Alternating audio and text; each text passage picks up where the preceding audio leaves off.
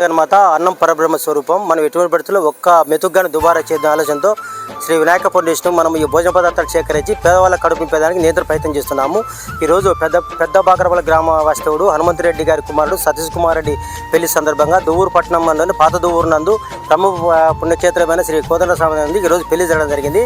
పెళ్లి సందర్భంగా బంధువులకు పెట్టగా ఇంకా దాదాపు లైవ్లో చూసిన భోజనాలు దాదాపు 200 మందికి సరిపోయే భోజనాలు మిగిలాయని హనుమంతరెడ్డి గారు ఫోన్ చేయడంతో వెంటనే మన దువ్వూరు పట్టణం నుంచి శ్రీ వినాయక ఫౌండేషన్ వచ్చి ఇప్పుడే చూడి మనం లైవ్లో చూస్తున్న ఈ పదార్థాలు సేకరించడం జరిగింది.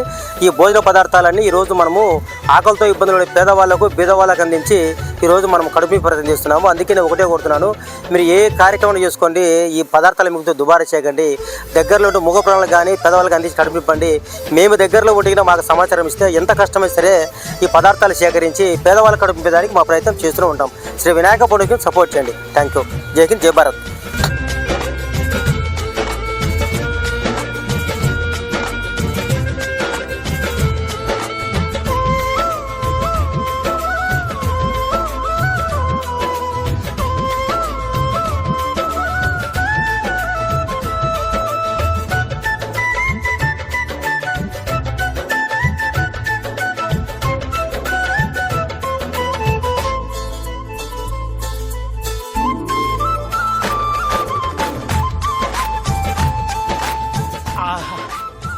మెడలో పావుండేవాడు శివుడు, చేతిలో వేణు ఉండేవాడు శ్రీకృష్ణుడు.